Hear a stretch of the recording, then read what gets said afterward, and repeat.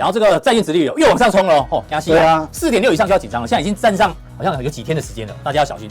不过呢，哎呦，有投行说债券抄底的时刻来了，因为殖利率高，价格很甜哦。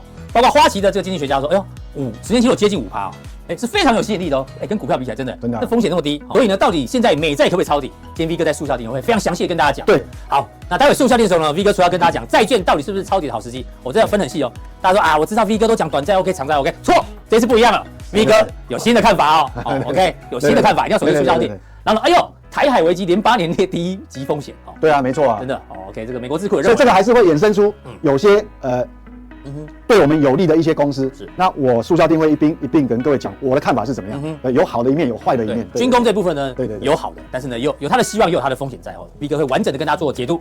除此2个题目之外呢，好，有人问铀矿，好，有人问不动产，有人问富士达、有人合作等等呢，请锁定我们今天的速效定。那待会速效定的时候，哎呦，联发科结合辉达，好，联发科的好大家都知道。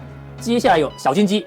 哎呦，所以但是我们看到虽然在调整，这其实台湾股票市场里面，像联发科、像台达电，其实它质量还是很强。基地啊，但也许台积电撑住了大半天，可是联发这2只个股，其实我一直对长线对，如果大家知道我跟大家我都好朋友讲过，我对台达电长线极有看法，它所谓布局就是对的，什么时候会强？你2位刚好对台达电联发科都长。我觉得联发科这次。我希望能够成功就联发格局就是不一样，是不一样会产生造成台湾整个产业、台湾整个科技产业升级的，所以这是很关键的。它不会只有联发科好，那相关的都会好嘛，所以我期待好嘛，好不好？请锁定待会的速效定。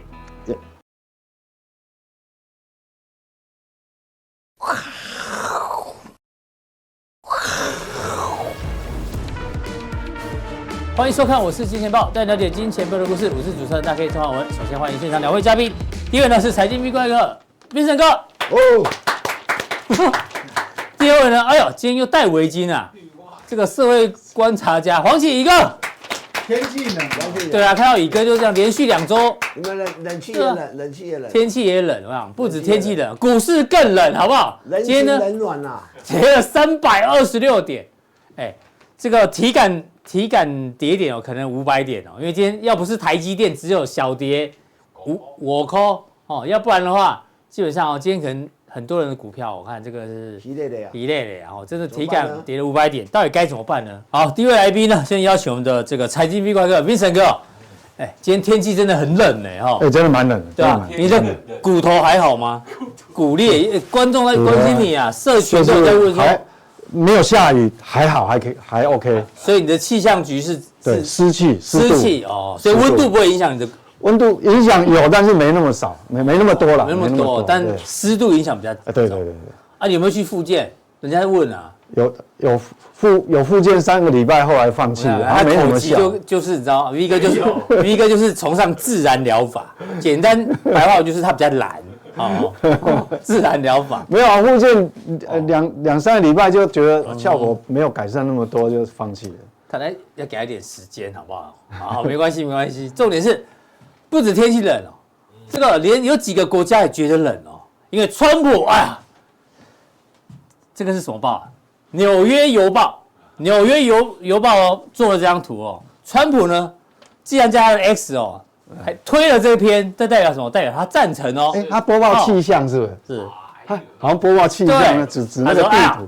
格陵兰是我们的，加拿大我们的，这是什么？墨西哥湾改成美国湾。哦，这个巴拿马运河是美国再伟大，也是我们的，好不好？这4个，这个啊，统统给他，纽约邮报帮他都打，都是他的 ，OK。所以呢，他弄了一个叫做新门罗主义。大家什么叫门罗主义嘛？来，门罗主义哦，就是美国总统詹姆斯门罗的一种思想观念呢。简单讲啊，就是关于美洲大陆的控制权哦，这个的美国外交政策。那美国政府认为，欧洲列强在未来不应该再进一步殖民美洲，因为以前美国是被欧洲殖民的嘛。他说：“你们不要再殖民我了，以后呢，跟美国、跟墨西哥等国家有关的主权事务呢，都属于我美国处理，你们欧洲人不可以来管我们。”那对于你们欧洲各国之间的争端呢，美国基本上保持中立。哎呦，这次没有哦，俄罗斯跟乌克兰的争端，美国没有保持中立哦，所以呢，他们是变形版的门罗主义啊。OK， 反正他说，因为这都在美洲啊，墨西哥美洲啊，加拿大美洲啊，我要它变成第51州，叫它变成墨西哥湾变美国湾。哦，格陵兰在我们邻居啊，这都算我们的。我赞成。所以呢，欧洲你们不要管啊，这是我们新的门罗主义，这个是《纽约邮报》讲的。川普还这个转发就代表什么？代表他赞成。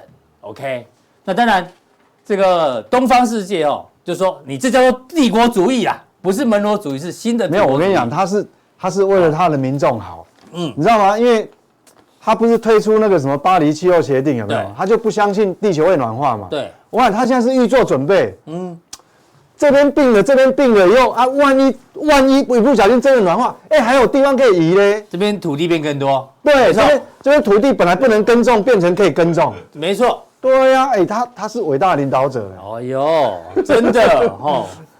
你看他还没上任，大家就已经，对吧？天天都有讨论不完的东西哦。不过呢，他这个事情哦，也让很多的这个他的邻居啊都反对嘛，对不对？他的原本支持他的人不一定就支持他，所以当然了，而且这要执行哦，没有这么容易啊。你说51州就51州吗 ？V 哥说加拿大的福利这么好，他干嘛要并入美国？对啊，对不对？加拿大福利超过美国一半的州都好，所以这个时候呢，我们奉劝川普总统哦，来，苹果川普人贾博士讲过一句话，他说：“你的想法有时候如果并不成功，因为大家都不赞成嘛，这个时候呢，就要赶快承认失败然后继续加工下一个点子，就是说，哎呦，这东西你只是在表演，你做不到啦，你不可能真的把人家抢过来嘛，对不？真的不可能动用武力去把那个巴拿马运河抢过来，不可能嘛，对不对？想想下一个点子吧，好不好 ？OK， 好。那当然讲到川普真的呢，大家知道吧？之前这个欧亚集团的预测，今年全球会有10大风险。这10大风险里面我告诉你，有5个跟川普有关。第一个呢，日益加深的邻国集团世界。什么叫邻国？现在有 G2、G7， 他说没有，像 G0 啊，因为大家呢关系越来越差，就像讲川普退出了巴黎协议，所以有那个什么联合啊 G2、G7 啊，基本上的影响力会越来越小，就是会导致越来越混乱。第二个，川普的统治 ，OK， 中美决裂跟川普的关系也有关系嘛。前面3个，川普经济学第4名，前4个，好，这个俄罗斯、伊朗，被逼入绝境的伊朗，这跟美国也有关系有啊，还是有好不好 ？OK， 多少有了，多少都会。美国跟墨西哥的对立，这个也是川普啊，所以超过5个以上的风险都来自于川普。这是欧亚集团讲的那当然最新的呢，他说他在他任内我上任第1天，我就不会再建任何的风力发电厂。昨天风力发电厂欧洲的全部大跌吓死了。然后昨天美股为什么好好的电子盘本来好，突然急跌，好不好？因为CNN 报道的，川普考虑宣布美国国家经济紧急状态。现在到底发生什么事？对不起，发生什么事情啊？美股还在新高，结果发布紧急状态，就为了要调高关税。当然他们还否认所以这个事情很复杂现在。我跟你讲，他有可能，因为他毕竟还没正式上任嘛，对，他不希望美股基期这么高嘛。合理怀疑就是这样。对啊，他希望现在先还有2个礼拜时间，先让他崩一下，等他就任之后，他就变救世主。对，就刚好他出来就反弹。我们现在真的只能往这样方面推测。对啊，要不然你讲这么多，对不对？又要干嘛增加领土的，对不对？他就巴不得美股现在跌嘛，就不算在他任内了。对，这个戏会继续演下去会还有2个礼拜。对，那当然，昨天美股下跌还有一个原因这个嘞 ，FED 的会议记录出来了，很明显大家都在担心川普会带来的通膨，然后呢，降息的这个速度会放慢，这大家知道，这是属于货币政策变成比较紧那基本面的部分哎呦，这个小非农新增就业人数低于预期代表美国的这一个基本面可能有点降温经济面有点降温，所以呢，劳动市场才开始这个放缓所以这也会影响到美国的部分这就要看那个非农数据。礼拜5的这个非农因为这是民间企业为主的。对，所以看一下它的统计，因为有时候它的数据跟礼拜5那个数据也会距离很大。好 ，OK， 那川普归川普啦，但回到经济面的本身，我们来。对，我觉得说为什么最近其其实最近影响美股，不见得是川普说了哪些话。我觉得华尔街毕竟是理性的这些操盘人还是多数嘛。那我觉得是我们看它基本面的数据哈。是，你看才刚刚公布的这个对服务业的，我们讲说美国的 GDP 里面其实70%还是要看服务业就非制造业比较有关系的。那为什么债券市场波动那么大？好，我觉得有两大因素。第一个是跟这个有关系。为什么？各位看好，我们知道通膨粘性里面最大的还是属于在服务业里面的。那我们看好，你看好这个，第一个就前面有刚讲，其实你如果看这个商业活动来讲其实它是加温的，对服务业它景气韧性还是很强因为你看蓝色的58一跳到58是新订单也是往上增加对，但是有一个不好的哪一块？各位有没有发现这个图哪一个跳动这个的价格的？对，跳到64，你想想看这是原物料通膨的概念啊。所谓非制造业的原物料其实就是什么东西？租金嘛。不是制造业是非制造业那种租金嘛，或是人员薪资嘛，薪水啊，租金，或是律师的费用很贵嘛，或保险费用很贵嘛，或是川普投顾调高价格嘛，是涨价嘛，因为服务业嘛，你看华尔街所有那个，难怪大家都在捐钱给川普啊，每一家川普投顾调高会费，每一家的银行。只要是理财顾问费很贵嘛，所以台湾的投顾费用有没有调整？这个我倒不清楚我也没研究。所以你看，因为这个有僵固性嘛，就服务租金嘛，对，不容易调整。所以，那你这个数据一公布，你说当然债券市场当然就七上八下啦。所以这是第一个。那当然另外一个就是债券的话，直接就供需，就是说。对，因为你标售的那个发债的数量短期很多的话，那承销商吃不下来嘛，那价格当然就会不好讲到这个债券殖利率又往上冲了给它吸对啊，4.6以上就要紧张了，现在已经站上好像有几天的时间了，大家要小心。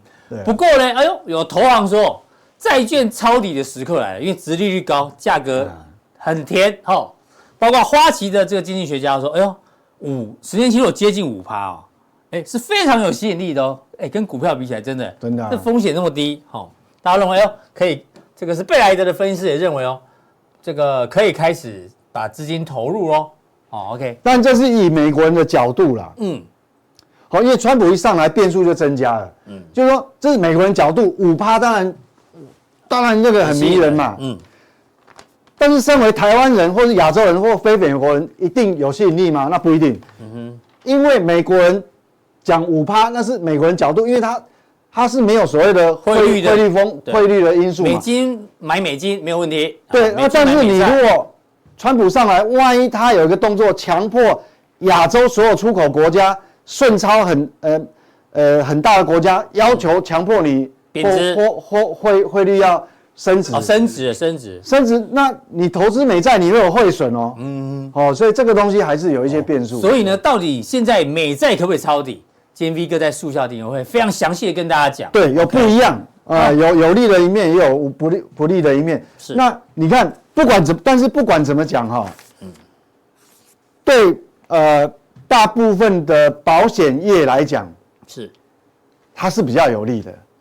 因为你每一季每天每一周卖出去很多保单，我现在用30年长期公债来锁这个风险的利润是越来越多，这越来越高嘛，越来越高。那所以你看嘛，这个你看各位有没有看这个是发散的有没有？就2年期的其实波动不大，这就我年初跟各位讲说，你买2年期公债，基本上。你要亏损不容易啦，因为它很稳定。对，但是你其他就买长天期的，我靠！对，你看发散嘛，它是发散，有没有？这2年期没什么动，30年期已经都快5了嘞。是，好，所以这个是现在股市的一个压力所在。对，好，那这个呢，长短天期呢怎么做筛选？对，好，待会速效定一并跟大家讨论一下。OK， 那最后聊一下美股，美股呢，来用一下 V 哥比较欣赏的这个橡树资本的这个创办人，对，霍华马斯克，马克思啊，对不起，马克思。他说，因为他每次都会写那个 memory 给那个他的投资人嘛。对。他说美股现在到底有没有泡沫？结论就是说可能有泡沫，但是重点在这还没有达到疯狂的程度。他说现在预期本益比是23.6倍，但是他说现在要判断泡沫，你不要用这个估值，你要用心理诊断。什么叫心理诊断呢？就是你要做一下田野调查。他说他在他身边都没有听到有人跟他讲说。我想价格还会再涨，就价格无上限这种言论，他都没有听到。说还会再涨，还会再涨。他说，如果我身边都是这种人跟我讲说，告诉你这个股价还会再涨的时候，就是无上限的时候，他就觉得完了，泡沫来了。但是还好，还没有听到这种非理性的思维，所以呢，就是还没有达到泡沫的极致。所以他算是觉得美股有泡沫，但是还没有到那个疯狂。OK，那他说这些通常泡沫参与者就是他不会去想象说，万一泡沫发生怎么办？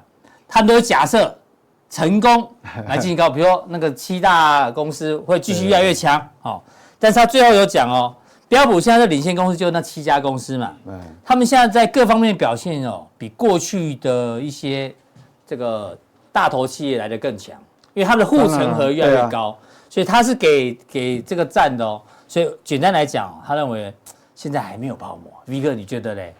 我是觉得我的看法是，我会把这边修改。美股一定有泡沫，是，但是泡沫没有说马上就会破啊。比如现在假设泡沫可以吹那么大，对，现在可能只吹这样大。所以现在我们操作股市真正的难度不是在争论有没有泡沫，我的看法是比它更肯定，一定有泡沫。但是现在难度是说泡沫什么时候会破？对，没人知道啊。万一没有破，一直上去呢？就是说现在估值23.6倍，那你怎么知道不会来25？搞不好是先上到25，突破以后才下来。是，而且这个突破25可能是整年2025，整年都慢慢24.5到25。对，难道你今年2025整年度要放弃吗？所以现在难度其实是。我的看法是有泡沫，但是你不知道什么时候会破。对，不过我觉得他讲这个心理诊断，我觉得这个也蛮好的一个指标。你身边的人到底有没有很对啊。OK， 好，那我来看技术。那我觉得有一个可以参考了，像这个是像这个就是说，我们可以看比特币。你看最近美股是不是？我们讲你看最近美股有回档嘛？对，这是标普500这种。可是你看它在高档的时候，是不是大家都是很乐观、很兴奋，所以那时候比特币是飙到10万，对不对？可是比特币最近怎么样？下来嘛，因为比特币是一个很好的风险偏好的一个短期指标好，那我们来看，现在反射在美股道琼比较危险，道琼，各位讲，看这个形态你很明显的第一条线在这个地方，黑色的线，你看，这个就是我现在指的这个就是。标准很明显，再明显不过的是什么？假突破。对，好，那第一条线假突破，这确立的嘛。那现在就是说第二条短期的这个短期的趋势线，这个颈线，你要讲趋势线也可以，这不能破了。如果再破，我们就真的百口莫辩。我想要不能再破了。我想要替你窗视，你知道吗？也很难窗视，你知道吗？因为这个你这再破就头部就出来了这是道琼，那还好道琼只有30档，但是呢标普这不能开玩笑了，500档。对，如果未来的2-3周，我们的过年期间，我们过年放蛮久的这一次总共11天，万一你未来不管1周到3周，你在那边晃，你万一把它破下来，那我们更是那时候我们还在年假我们台股还没办法做停损处理，所以这个百口莫辩，你这个头部形态就大了我相信川普应该有看到这来到十字路口了吧？对啊，所以你这个如果在一个黑棒可能破了这条黑线嘛，这是第一个警示讯号，这个 alarm。第二个这个警示是这个，你如果连这低点都破掉，那就是你要称它为 M 头还是三尊头，那都可以啦。是，好，这是那500也有代表性，那跟台股最有联动性的是纳斯达克也一样，一样。好，这就其实都蛮近的啦。到了关键的十字路口。这是短期的一个上升趋势，所以这个是假突破已经确立了。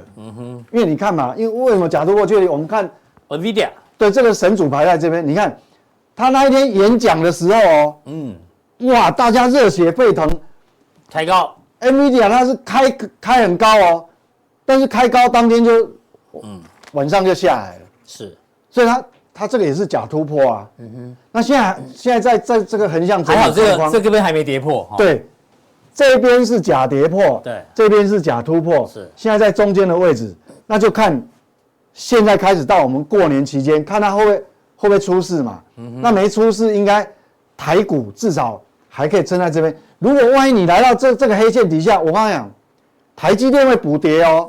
我不客气讲，我直接告诉你，台积电会补跌哦。因为回答的头部形成的话，对，因为加权指数现在是靠台积电一个人撑嘛。是的。好，那你 OTC 的柜买指数早就已经不知道跌到哪边去，那所以这个很重要，我觉得这个很重要。好，那另外我们来看这个也很重要，为什么？微软，因为前一阵子他在这样很用力的讲，我要800亿的资本支出，对，那理论上他应该对未来是看得非常好，不然他资本支出那么高嘛，对，你未来看得那么好，结果，市场反映出来的股价，结果，这里有一个，这个叫小头，这个叫沙帽山啊，还是这阳明山还是七星山，不管，你这边就不能军舰岩，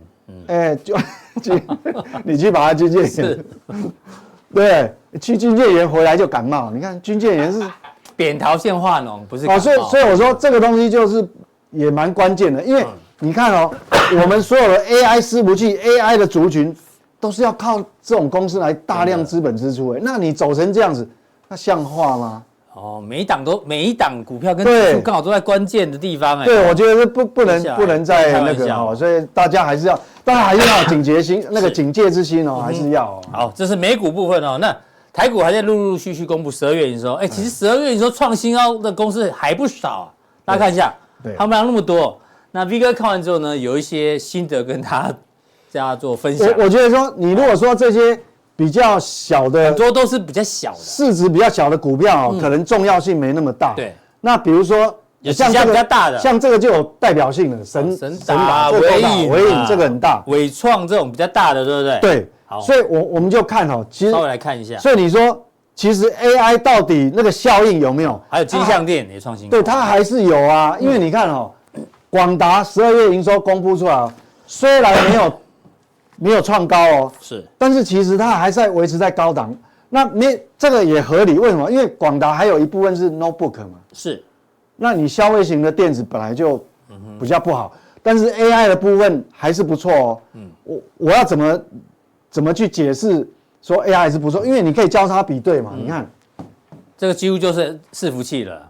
对啊，这个伺服器的是不是只有一家？还不是伟创、伟影都这个也是嘛，神达也是嘛，所以我们可以感觉，其实整个 AI 其实现在如火如荼。我们讲说，12月 GB200 出货还很少，但是第一季是密集的是的，所以理论上未来的这个营收他们都还不错，好，股价所以好，那现在重点来，如果在他们未来还是1-2个月还是那个营收会状况不错的时候，这是要变利多来测试你的高点。如果你这些利多，但是利多出来，但是股价还是很软，跟微软一样，是。那我告诉你，那大家那个皮要绷更紧了。对你那个警觉性就要有你那个持股比例就要调整对你不要高你可能要调整到5成以下OK， 甚至于更低。所以这个你看因为他们都营收不错，对，这个很重要。好，利多来测试股价还有没有更高点？如果没有的话，对，那大家持股就要降低。对，好，那待会速效练的时候呢 ，V 哥除了要跟大家讲债券到底是不是抄底的好时机，我这要分很细大家说啊，我知道 V 哥都讲短债 OK， 长债 OK， 错，这一次不一样了。V 哥有新的看法哦，OK， 有新的看法，一定要锁定速效定。然后呢，哎呦，台海危机连8年列第1级风险哦。对啊，没错啊，真的哦 ，OK， 这个美国智库也认为，所以这个还是会衍生出有些对我们有利的一些公司。是，那我速效定会一并跟各位讲我的看法是怎么样。对，有好的一面，有坏的一面。军工这部分呢，对，有好的，但是呢，有它的希望，也有它的风险在哦。V 哥会完整的跟大家做解读。除此2个题目之外呢，好，有人问铀矿，好，有人问不动产，有人问富士达有人合作等等呢，只锁定我们今天的速效定。速效定在官网3个传送门，任选一个传送门就可以加入速效定。那另外呢，我们的那个金蛇出来的票已经寄出去了，所以呢，大家手机如果有收到简讯的话，记得赶快去取票哦，要不然机会不等人哦。OK， 我们会把那个讯息给大家看一下，记得这2-3天呢，陆陆续续会收到简讯通知，去 7 取票。OK。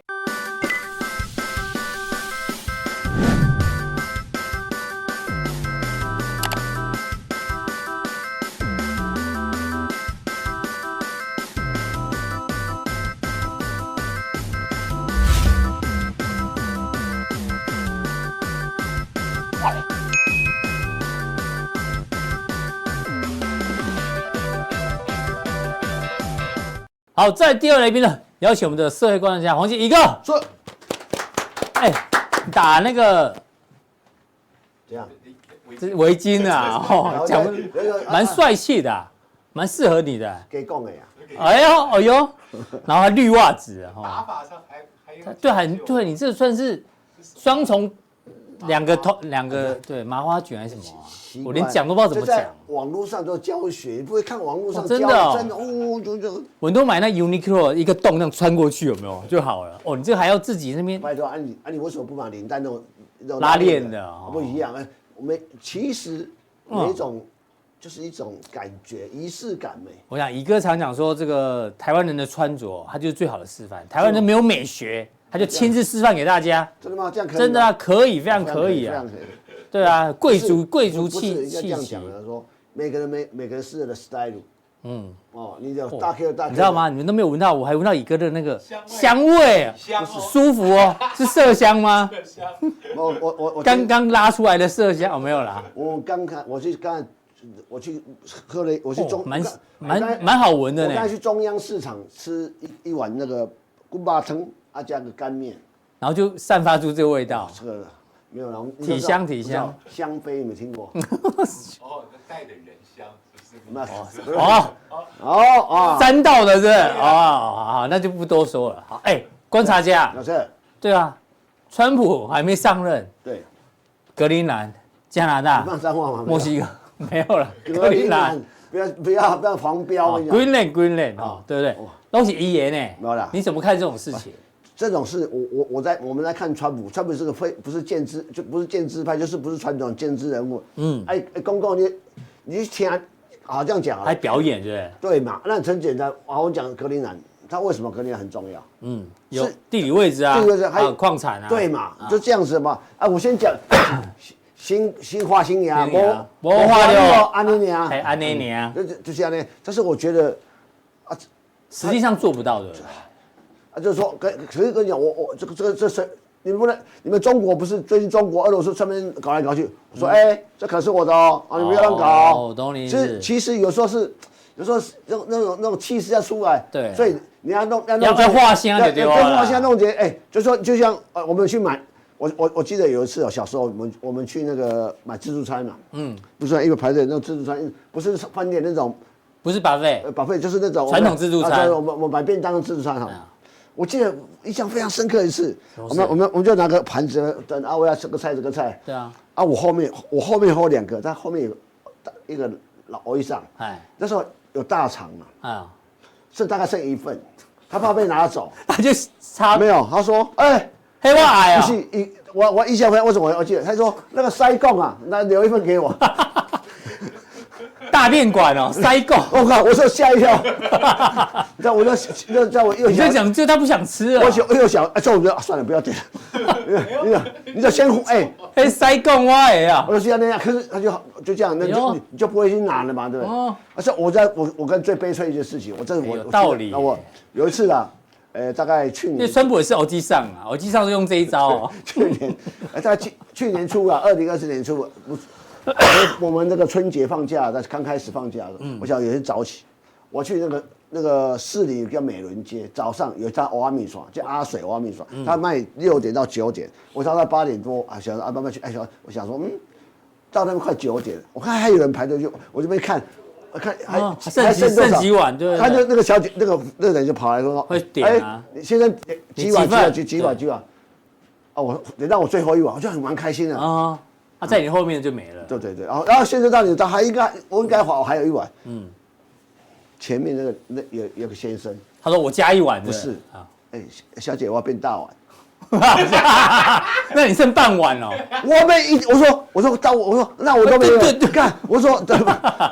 你知道吗？要是我情况下，那个最后一碗，他说我说2公呀，真的哦。我们没有那种 key pen 啊。对，川普就有这种 key pen。对，他说那个我都why。大家会丢一下，这个忌惮一下，就是其实这几年，其实我印象中这10多年来，形容非常传神。这个中国在北极的探险，或者说占领，因为那个其实说北极是谁的，你说南极是谁的，对吧？大家的。那你跟月球是谁的一样嘛？就是这样嘛。啊，说这新华新年啊，无华丽的安尼年啊。对啊，了解。这个，我觉得不会门罗主义，因为你要理解哦，美国它就是维持2次大战维持这样的一个世界警察地位，它才美元才可以统领这个我们自由体系嘛。美元的经济架构继续维持嘛。那要新华新年啊，为什么？那很简单，这个讲说啊，有没有这个东西啊？改名字就像墨西哥湾改成美国湾。可是问题在这里啊，一个名字不是那么重要，可你改美国湾有意义吗？还是那里啊？对啊，地点不会变，只是墨西哥人没送你啊。没送你没送就是就像名字啊，我们讲那个钓鱼台叫钓鱼台嘛。后来日本改什么？尖阁群岛，诸岛，就尖阁诸岛。华丽还不是一样，就是没有，就那个。对，有意义吗？没有。了解。巴拿马这个是其实这有点政治意义。你要知道我在好几年前在香港的新闻，李嘉诚长江实业去标下这巴拿马的一部分的营运权。他说那时候他已经有人警告美国，这个被中国势力拿走的时候，很可怕。对。那还有更好笑的一件事情。有个中国的企业骗子集团，说要另外一个什么多明呀哪边要挖一个第二条运河，结果骗人多少钱啊？就动工没有挖，动工点开始人就不见了。巴拿马因为一开始是法国人挖啦，挖失败啊，对，然后美国才去善后啊。对，后来是卡特时代说啊，不然你就对啊，就还你。但我认为啦，这当然这个东西就是强调美国未来的很多地方战略地位，你们这些人不要乱搞。对，他自己点出战略地位啊，对吧？确实。按说真的去弄那个吗？啊，不会啊，是说，我来讲大 K，那个大肠是我的，对，就这样。塞贡你也好厉啊，好厉，来，我这样可以的哈。可以。啊，其实我跟你讲，然后加拿大要不要并入美国？其实对，第51州。我问你在这里，好，问你，为什么当年夏威夷最后一个并入了美国啊？夏威夷很容易并入，为什么？第一个，它孤悬在海外。对。这个夏威夷那时候已经用美元了嘛？我问你，好，就是这个比较容易。对，你看加拿大不是加拿大币？就加拿大币。怎么弄？枫叶币。其实这个都是说2个经济体在一起的时候，你除非叫加拿大不用它这样，应该不太可能。很困难啊！那只是说，就跟你的加拿大，你反正你现在都靠我要吃你的2个豆腐。所以我叔叔刚从加拿大回来，其实他对这句话很不爽。他说应该加拿大生活很久了，大概他们应该都不愿意，对不对？他说我加拿大很好啊，我也很好啊，所以对啊，刚讲福利比美国好。所以我们要想一件事情，就是说我之前波多黎各曾经有一个公投，你知道吗？公投是应该是波多黎各，他公投波多黎各是美国托管嘛，对，托管，他曾经投票，他要加入美国的第51州，没有过，没有过，对啊，没有过，没有过，波多黎各人不要，那我就问同事说，一个国家要并入，比如说假设我格陵兰有我波多黎各，我要并入美国，你第一个思考是什么？我要不要第一个思考？但是我会因为这样子有没有什么好处？对，对啊，我扣我个这一步。哎呀，加拿大并入美国，加拿大会有什么好处嘛？而且对不对？有好处，你给好处，没有好处就没好处，反正第二个考虑都不用。他说难听一点，如果加拿大受到任何攻击的话，美国会出兵，当然会嘛。所以这个东西所以我就说加拿大的历史上其实应该这样讲，它其实是。过去是比美国就自由多了，那解放黑奴时代，多少黑奴跑到加拿大去，因为加拿大没有黑奴制度嘛。啊，你怎么想到这部电影？你好厉害哦！不是，大家有看过这部电影吗？我们不是这谁？这不是阿司匹林哎，不是，这劳勃迪尼诺这么年轻哎。劳勃迪尼诺那时候有2个人齐名，劳勃迪尼诺跟阿尔帕奇诺，那2个是这个。我讲这部电影我看过，这西恩潘嘛。西恩潘以前前妻叫谁？马丹娜，真的马丹娜刚好没都嫁给西恩潘，又不要离婚。马丹娜跟很多人交往过，好不好？我结婚，好了，结婚交往再跟那个棒球选手叫什么 ？Era，对，还是 G 头我忘了 ，Era 啦，是不是 Era？ 是啊，随便这部戏就说。其实我讲，我们不是天使，年轻人可能不知道，这蛮好看的一部电影。那1989年60年，你怎么想得到啊？真厉害！那时候我就他们就是犯的罪，他从监狱逃出来，对，从监狱逃出来，这2个是监狱犯。然后他就想逃到美国逃到加拿大，美国他就一个桥嘛，他在桥旁边小镇，可是一直有警察在那边找寻，他们很怕，他们躲在教堂里面嘛，假装是这个神父，穿上神父的衣服，因为他等什么？等说好像躲了一段时间会有个绕境神明绕境混进去，对，神明绕境会绕到加拿大边境，加拿大边境再回来，他想混到这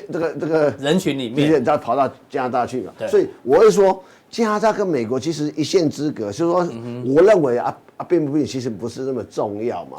但是你就说，你看美国你想想看，美国很多这个职业的球团职业的比赛，其实都在一起的，对啊，多伦多蓝鸟。蓝鸟 Bluebird 是不是叫 Bluebird？ 对哈，对蓝鸟 Blue Jet 啦，不是 Blue Jet 对，那叫懒觉，Bluebird 叫懒觉。不是，王建民也有曾经待过蓝鸟队，对，绝不用台语说，是好，蓝鸟队啊，我台语比较差，这在多伦多嘛，但是也是在大联盟里面。你在美国待过，我问你一个问题，我突然想到了，好，就说。如果说多伦多蓝鸟队跟这个美国不管纽约洋基要打起来不是打棒球，美国打棒球不是要唱国歌吗？对啊，到底唱美国国歌还是唱加拿大国歌？唱主场的啦，是好，任何比全世界任何我看我知识比较不丰富，我问一下，我已经在美国待，你可以去看过那么多如果说我到多伦多蓝鸟队比赛，那当然就唱主场啦。如果主场在多伦多，就唱加拿大歌怎么唱？我不要呢。美国歌我会啊，美国歌大家都会吧？但是一定有人不会。阿伦没有？阿伦呐，对，所以电影都有演啊。对的，这是什么？什么队？加拿大是灰熊啊。加拿大的灰熊嘛 ，NBA 嘛，对啊。对。这个冰球也有，冰球是好像加拿大比较厉害，对不对？不一定啊，不一定。对啊，因为美国队伍比较多啊。对。football 有没有？football 没有没有，加拿大没有。所以他们就在一起生活啦。那你说，我听过我叔叔跟我讲，他疫情的时候很多的加拿大人跟美国也是我们好朋友，是加拿大人，我是美国人。对。我们就很久没见面了，想要聊个天我们2个走在边境旁边，打开，因为你过去就要隔离，真的欧洲也是欧洲不是有一个城镇是3个国家的边界？欧洲德国、法国那个周星驰那个，这是社会观察家，就是其实美国跟加拿大算是非常亲呐，只是用不同一家亲啊，用不同货币嘛。对啊，你加拉瓜大瀑布一边是，对啊，你船开过去就加拿大美国，加拿大美国。对，好，所以川普在那个啦，对了，把布而已啦，另外一个，其实我觉得这是 CES 你用你聪明的发音念一次给大家听，就说为什么？就说他要做 AI 超级电脑嘛，对不对？电脑，对，对不起，没关系，电脑，然后你就去想我从几个发想这事情就是说，这个对联发科是很好的机遇你想一件事情，我从 AI 角度先从 AI 角度想，好，我们现在我们叫 AI 伺服器这一套很贵，可能要上亿元。对，我要做，我像我们私人企业像我们这种私人企业，也许像我们这种我们公司也要，你们公司也要，我们买不起1亿，不可能啊，1亿元去在做运算，也没有必要。是，可是我们也需要 AI 啊，可是你也需要运算嘛？对啊，你可以买 AI 超级，那台多少钱？多少？3000美元。10万台币左右，你就可以负担嘛。就是我们可以做我们自己需要的运算。你要知道这个架构是什么？边缘运算的概念。我们讲电脑的架构一路以来这几十年就是很简单嘛，就是X86，对吧？就 Intel 操作软体是微软那时候X86，那一路发展到现在，它一直跳脱嘛。我用 Linux 的操作系统，软体操作系统，然后 ARM 架构的一个所谓的我们讲 CPU 结构，那 CPU 谁做？就是联发科这个 NVIDIA 做 CPU 谁代工？台积电代工。我的意思就是说，这个台电脑你不要忘了，就是说它也有3000块，可是呢，我在这种车厂出了，你要知道 NVIDIA 有个特色，它是绘图卡出来的。当年2000年左右前后，我们电脑产业有个大的变革，就是把主机板里面把那个绘图卡整合进去。对，所以那段时间，很多电脑就说，过去我们2000年之前，很多的电脑说，我主机板再买个绘图卡。对，要另外买，而且比较贵。但现在整合进去之后，你知道在那段期间。MVD 很惨呐，就我被整合掉了，你知道？是被整，那后来就连配角，对，连配角都不是，不需要我了。那后来是因为麻省理工学院开始学看到，我用这个绘图卡那个图像图形处理器去弄这个去计算更快，它图形的，对，好，就开始起飞。那你来讲，未来如果这个电脑，我在除了做我们讲这个所谓的运算之外，另外你想看游戏。是 NVIDIA 强项啊，对啊 ，NVIDIA 后来绘图卡为什么再起来？除了 AI 运算之外，就是电竞快速的发展。对，电竞的电脑你不能再用，不能对啊，你画面比别人慢，你就被人家击毙了，知道吗？就那个我快一点。所以这两个会不会成功，取决于有几个现象。因为这两个合作，我觉得如果成功，这个世界上会出现极大的变化。你说第一个变化，我们讲电竞笔电很贵。大概也要10万块左右，7万到10万，你看这是最基本配备。你去逛逛商场。阿伦以前是电竞的那个经纪人呢，说电竞哦。对啊，他对电竞很熟。他是电竞经纪在团队里面管啦啦队的嘛？好像不知道。电竞有没有啦啦队？电竞好像没有啦啦，有啊，有。阿伦有没有要举牌？举牌那个赛车不是要举牌？是。好，重点不是这个。那如果我这个系统未来的游戏的发展，会不会以这个 AI Super 电脑为一个范本？是，这是一个啊。第二个，如果发展到一个更大家运用更方便的时候，会不会取代过去 X86？我不知道我不知道会不会成功，但是照这个架构来讲，开始空间，你照进入另外一个世界了。我想进入一个层次，就是说过去大家所习惯的 X86 架构的电脑，在未来，我想在这个 X86 已经在这个世界上已经饱和度很饱了。对啊。那如果说科技产业、电脑产业或政治的主任，会不会因为这个又出现新的变化？这是一个大事情，就是说，如果这个成功之后，你要去想一下，因为连 ARM 都切入这一块了啦。对啊，ARM 它是跟 ARM 合作，它不是用 Intel 架构哈。现在因为 ARM 架构其实包括手机，包括苹果的电脑也是 ARM 架构了。那未来的软体的设计，游戏的设计，电竞的设计，会不会适合这一块，以后你会看电竞在玩这一块哦，这会两个世界化是不同。那另外我需要 AI 运算，我可以用这个电脑，所以这是一个大事情。如果是这样如果成功的话，我想如果成功，因为我们现在还在看嘛，因为这是一个观察。但是以NVIDIA 跟强合作，成功率可能稍微比50%高一点点。可是到底我们现在还在看，这我不能做完全保证。但是你要知道，如果一旦成功，就是大事，一定会造成一个翻天覆地的变化。第一个 ，NVIDIA 3兆美元市值已经站稳了，好，那联发科，联发科是全世界第5大 IC 设计公司，犀利，市值多大？700亿美金。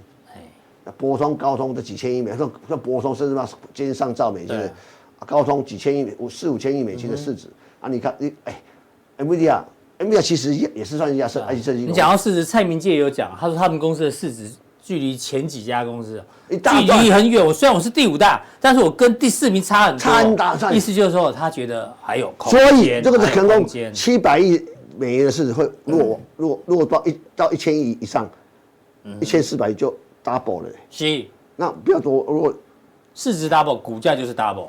你说，所以这个都是大家思考问题。说，所以我们，但我希望这个架构会成功。那台湾就有2个护国神山。对啊，就台积电加联发科。是吧？是不是？因为有这种想法，因为其实台湾就很好孕育这种 IC 设计，很好温床。所以大家不要妄自菲薄。全世界的 IC 设计公司里面，当年中国很强，可是中国因为很多事情就是美中把打趴之后，你会发现台湾这一块是进步很快的。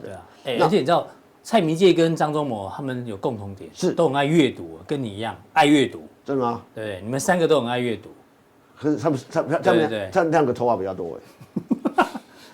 那你还要想怎样？对，都有好习惯，都有好习惯。没有，哇，阅读是让自己开心的，不是为了不一定要赚钱，说开心就好。但是我们就是不断吸收新的知识啊。他们2位都是这样。我们有知识恐惧症，这好，缺乏恐惧症。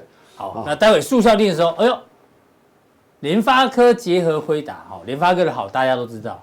接下来有小金鸡，哎呦。所以我就说，我这里做个小结论好了。好，像今天这个礼拜4，有人说礼拜4股价都会涨，这是打破这个所谓的骗人的。我说不要迷信这个哦。他蛮介意这件事情。不是介意，不要让误导人家哦。礼拜4以哥来都大涨。没有，不要这样，因为我压力很大。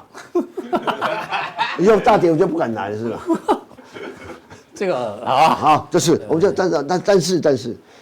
我们看到虽然在调整，这其实台湾股票市场里面，像联发科、像台达电，其实它质量还是很强。犀利啊！但也许台积电撑住了大半天，可是你看这2只个股，其实我一直对长线对，如果大家知道，我跟大 K， 我的好朋友讲过，我对台达电长线极为看好。对啊，他所有的布局都是对的，什么时候会？其实2位刚好对台达电联发科都长期。我觉得联发科这次，我希望能够成功就联发格局就是不一样，不一样会产生造台湾整个产业、台湾整个科技产业的升级的，我觉得这是很关键的。它不会只有联发科好，那相关的很多都会好，所以我期待好嘛，好不好？请锁定待会的速效定。